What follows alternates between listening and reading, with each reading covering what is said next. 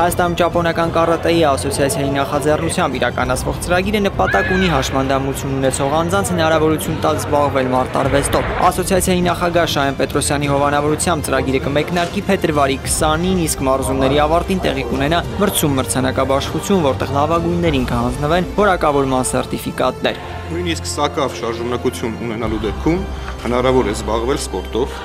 ստանալ եւ ինչու՞ չէ նաեւ տալ բարեհոգեբանական դաստիարակություն եւ ինչու՞ չէ պաշտպանել ինքներս մեզ անկախ շարժողական ունակությունների սահմանափակումներից։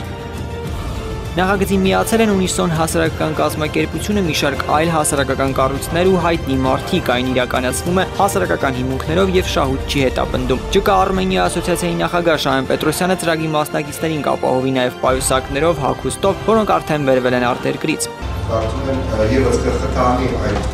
հանուր վիճակի փոփոխմանը, բարեփոխմանը, հաշմանդամությունից անձիկ հրախուսված կլինեն, որդորված կլինեն ավելի ակտիվ ապրել, ավելի վստահ լինել եւ ինքնուրույն կայացնել այն որոշումները, որոնք իրենց կյանքին են վերաբերում։ Աշխատանքին, կարիերային, ուսուցմանը, ժամանցին, սպորտին, ինչու՞ չէ, մշակութային։ Նախագծի շրջանակներում մեկնարկեց նաև յուրահատուկ ֆլեշմոբ, որի մեկնարկը տվեց երգչուհի Սոնա Ռուբենյանը։ Ուզում եմ, որ բոլոր հայտնիները եւ ոչ հայտնիները միանան այս ակցիային եւ ինչպես պարոն Ալավերդյանը նշեց, այստեղ շատ մեծ խնդիրներ կան, թե տեխնիկական, թե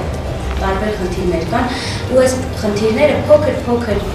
մեր լումաներով կարողանանք որևիցե ինչ-որ միջավայր լուծել։ Լուսանկարվելով հաշմանդամ երեխաների հետ Սոնան խոստացավ լուսանկարն ու նախաձեռնության մասին տեղեկությունը տարածել սոցկայքերում եւ հայտնիներին հրավիրեց միանալ նախաձեռնությանը։